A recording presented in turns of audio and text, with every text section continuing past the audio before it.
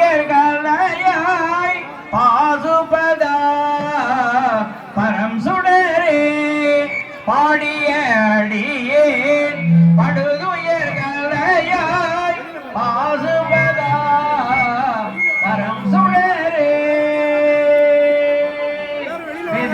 இதழை தோங்க மிகு சைவ துறை விளங்க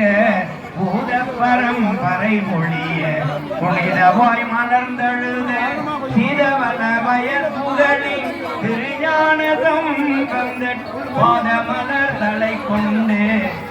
கொண்டு பரவுவாம் பாத மலர் தலை கொண்டு கலைவான்மதியை தலைவு பாதைக்கு